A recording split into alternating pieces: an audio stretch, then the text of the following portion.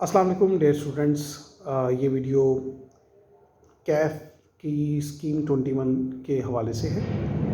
आई cap ने 9 मार्च 2021 को ये अनाउंस कर दिया है कि ऑटम 21 में होने वाले एग्ज़ाम ओल्ड स्कीम के मुताबिक ही होंगे और सिलेबस चेंज नहीं होगा ऑटम 21 के लिए।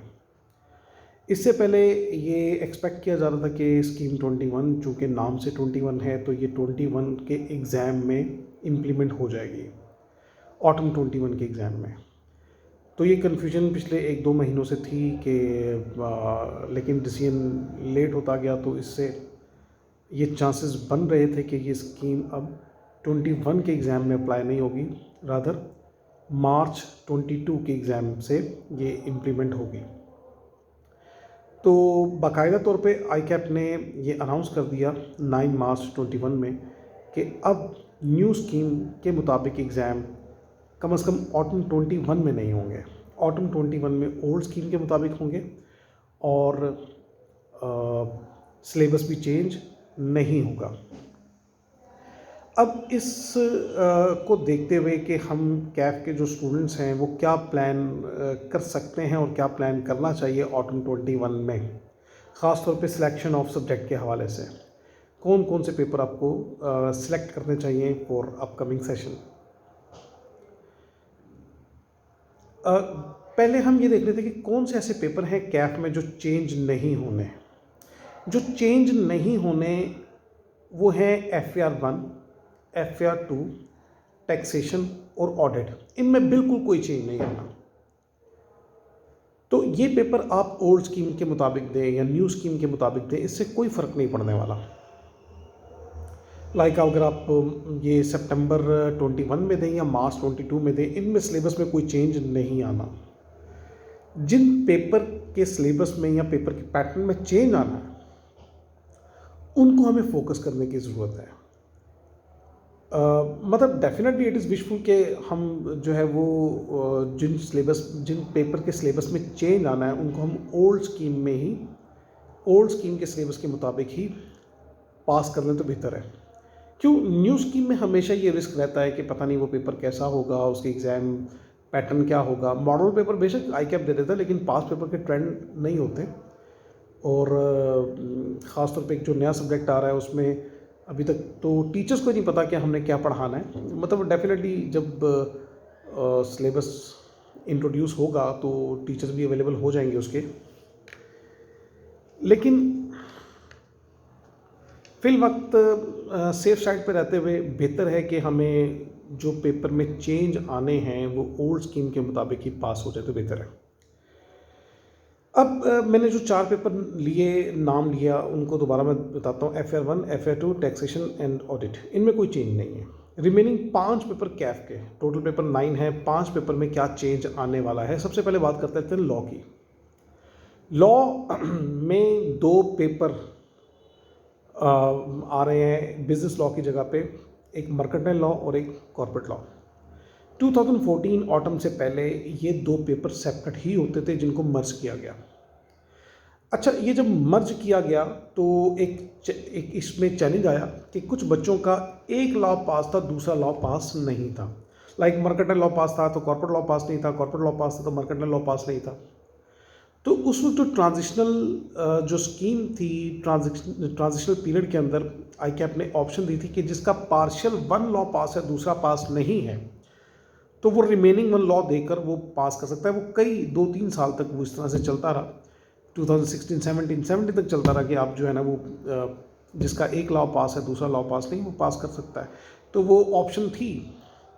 तो वो फ़ौरन लॉ का जो मर्ज होना था वो उस पर इम्प्लीमेंट नहीं हुआ उन स्टूडेंट्स पे जो लॉ का पेपर पहले एक पास कर चुके थे। अच्छा, इस बात को लेते हुए ना कि कुछ बंदों ने अभी सोशल मीडिया पे ये बात की है, कुछ टीचर्स ने भी, कि शायद जिस तरह लॉ मर्ज हुआ था तो ट्रांजिशनल पीरियड था, तो अब स्प्लिट होगा तो तब भी ट्रांजिशनल पीरियड होगा, यानी कि ओल्ड स्टूडेंट जो है वो एक ही लॉ पास कर लेंगे स्कीम आने के बाद। लेकिन सुन लें, ऐसा नहीं होने वाला।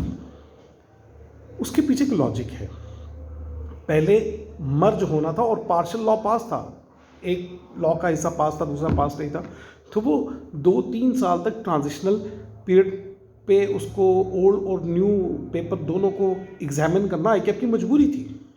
लेकिन अब कोई मजबूरी नहीं। जिसका एक लॉ पास है, बिजनेस लॉ जिसका नाम है अभी कैप 3, जिसका एक लॉ पास है उसके यानी कि दोनों पास हैं, उसको न्यू स्कीम के मुताबिक 2 डिफरेंट लॉ के सेपरेट पेपर नहीं देने पड़ेंगे। और जिसका वो पास नहीं है उसको वो दोनों ही पेपर देने पड़ेंगे। ये फ़ौरन इम्प्लीमेंट हो जाना है। ऐसा नहीं है कि जिसने कैप 3 का पेपर अटेम्प्ट किया हो या ऑलरेडी पढ़ा हो तो उसको वो ट्रांजिशनल पीरियड में भी उसको वो कंबाइंड पेपर की इजाज़त मिलेगी, नहीं मिलेगी। स्कीम लॉन्च होते ही, ये मेरी एक्सपेक्टेशन है जो कि बिल्कुल लॉजिकल है, स्कीम लॉन्च होते ही आपको 2 डिफरेंट लॉ सेपरेट लॉ के पेपर देने पड़ेंगे अगर आपका ओल्ड स्कीम के मुताबिक लॉ पास नहीं है तो ये 2 पेपर लॉ के मैंने डिस्कस कर लिए। तो अगेन आपके पास अपॉर्चुनिटी है, ऑटम 21 में लॉ का पेपर लाजमी पास करें। इस एक पेपर पास करने से आपके 2 पेपर जो है वो समझ लें कि न्यू स्कीम के एग्जाम्प्ट हो जाएंगे या आपको वो क्लियर हो जाएंगे। इसके अलावा 2 पेपर और जो बेसिक इंट्रो और इकोनॉमिक्स के, इनमें सिलेबस तो चेंज है ही है लेकिन paper style all together different है। वो सारा का सारा CB पे जा रहा है, कंप्यूटर बेस पे, और MCQs बेस्ड टेस्टिंग होनी है।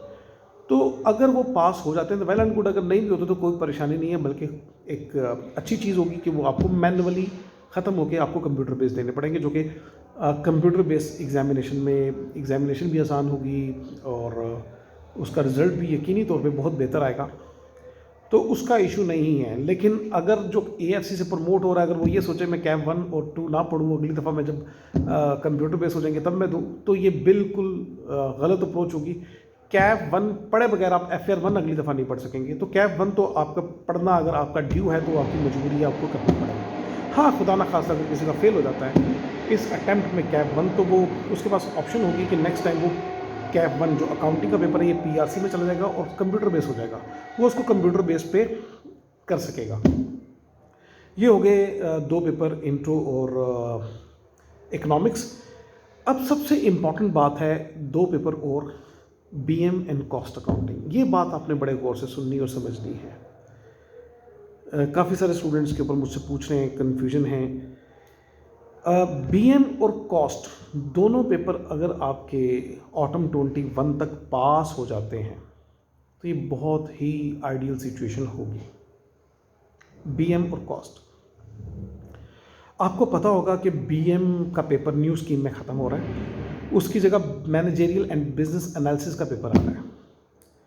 अच्छा, लेकिन आप ICAP की वेबसाइट पर डाउनलोड करके देख सकते हैं स्कीम, उसमें ये पेपर जो है ना, मैनेजरियल एंड बिजनेस एनालिसिस के नाम से ये स्कीम के अंदर मौजूद है, लेकिन इसका सिलेबस वहाँ पे मौजूद नहीं है। लेकिन सिलेबस का जो मुझे आइडिया है उसके पेपर में, उसमें कुछ पोर्शन BM का है और कुछ पोर्शन फाइनेंस का है जो पूरे C इंटर में आज तक नहीं पढ़ाई जाती रही, और कुछ पोर्शन कॉस्ट अकाउंटिंग का शिफ्ट हो रहा है, लाइक वेरिएंस एनालिसिस, वो बिजनेस एनालिसिस के पेपर में जा रहे हैं। और इवन सस्टेनेबिलिटी रिपोर्टिंग है, कुछ रेशोज़ हैं, कुछ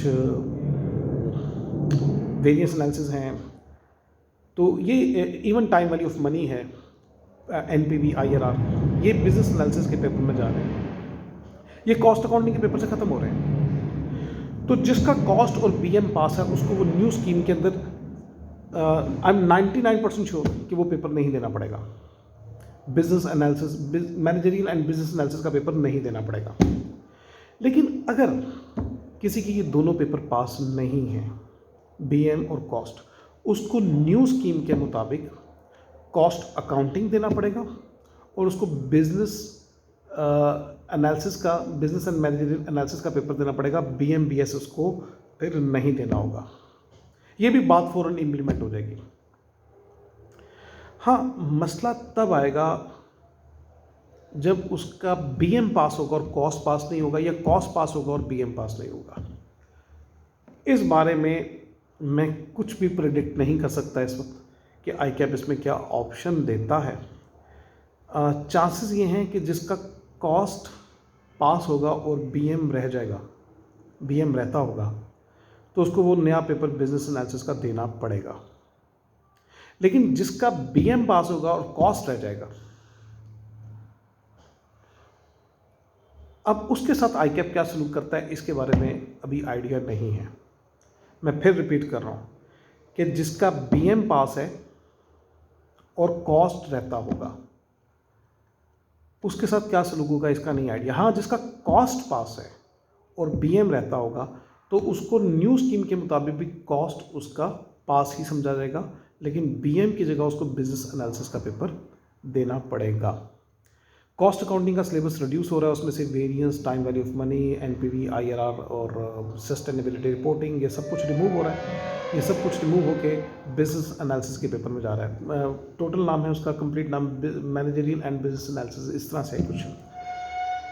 तो ये मसला आने वाला है बीएम और कॉस्ट के साथ। तो ज़्यादा बेहतर है कि बीएम और कॉस्ट दोनों आपके पास होने चाहिए इस दफ़ा। कॉस्ट के बदले में कॉस्ट, न्यू कॉस्ट एग्जैम्प्ट, मतलब क्लियर समझ लें। लेकिन बीएम के बदले में अगला बिजनेस एनालिसिस का पेपर एग्जैम्प्ट होगा, इसके ऊपर मुझे डाउट है, क्योंकि जो बीएम अभी पास कर रहे हैं और जो बिजनेस एनालिसिस का पेपर आ रहा है, ये 100% उसकी रिप्लेसमेंट नहीं है, उसके अंदर कॉस्ट अकाउंटिंग का एलिमेंट भी है। तो इस पे थोड़ी सी आपको तवज्जो करनी है। जो इस दफ़ा पेपर की सिलेक्शन कॉस्ट और बीएम की इस तरह से बना सकता है कि इसको इंश्योर कर लिया जाए कि ऑटम 21 में कॉस्ट और बीएम पास हो, तो ये एक अच्छी प्लानिंग होगी। लेकिन मतलब कोई बहुत ज़्यादा जबर भी नहीं करना अपने ऊपर कि फॉर एग्जाम्पल 1 2 3 पास हैं और 4 5 6 के बजाय आप इतना लंबा जंप ले रहे हो। लेकिन अगर फॉर एग्जांपल किसी में कोई कन्फ्यूजन है कि 7 8 9 में से कौन से पेपर रखने चाहिए या 4 5 6 में कौन से रखने चाहिए, तो फिर वो इस बात को जहन में रखे कि कॉस्ट और बीएम पास करना ऑटम 21 में ज़्यादा बेहतर प्लानिंग होगी, ताकि आपके ऊपर वो नया बिजनेस और मैनेजरियल एनालिसिस का पेपर अप्लाई ना हो। तो ये स्कीम के हवाले से थी। बाकी 9 मार्च को ईमेल में और भी एक जो कम्युनिकेशन हुई है आईकैप की तरफ से, उसमें 2 चीज़ें बताई गई हैं। एक तो सिलेबस चेंज नहीं होगा, साथ कुछ बुक्स के एडिशन न्यू जो हैं वो वेबसाइट पे अपलोड कर दिए गए हैं। उसमें न्यू एडिशन में जस्ट जो है वो कुछ क्वेश्चंस ऐड हुए हैं, कोई मेजर चेंज नहीं है। तो अगर आपने कोई बुक्स अभी ख़रीदनी है या लेनी है आईकैप से, तो न्यू एडिशन का वेट कीजिएगा। तो न्यू एडिशन अवेलेबल हों तो वही आपने आईकैप से लेने हैं। Thank you very much, wish you all the best. Allah आप सबको कामयाब करे जो आपने पेपर दिए हैं। थैंक यू एंड अल्लाह हाफिज़।